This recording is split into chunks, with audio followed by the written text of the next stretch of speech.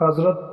سلمہ رضی اللہ عنہا سے روایت ہے، انہوں نے کہا رسول اللہ صلی اللہ علیہ وآلہ وسلم نے فرمایا، جب تم مریض یا مرنے والے کے پاس جاؤ تو بھلائی کی بات کہو، کیونکہ جو تم کہتے ہو فرشتے اس پر آمین کہتے ہیں۔ کہا جب ابو سلمہ رضی اللہ عنہ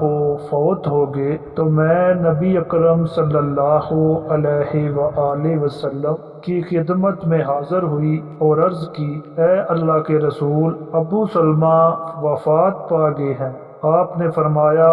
تم یہ کلمات کہو، اے اللہ مجھے اور اس کو معاف فرما اور اس کے بعد مجھے اس کا بہترین بدلہ عطا فرما۔ کہا میں نے یہ کلمات کہے تو اللہ تعالیٰ نے مجھے ان کے بعد وہ دے دیا جو میرے لیے ان سے بہتر ہے، یعنی محمد صلی اللہ علیہ وآلہ وسلم۔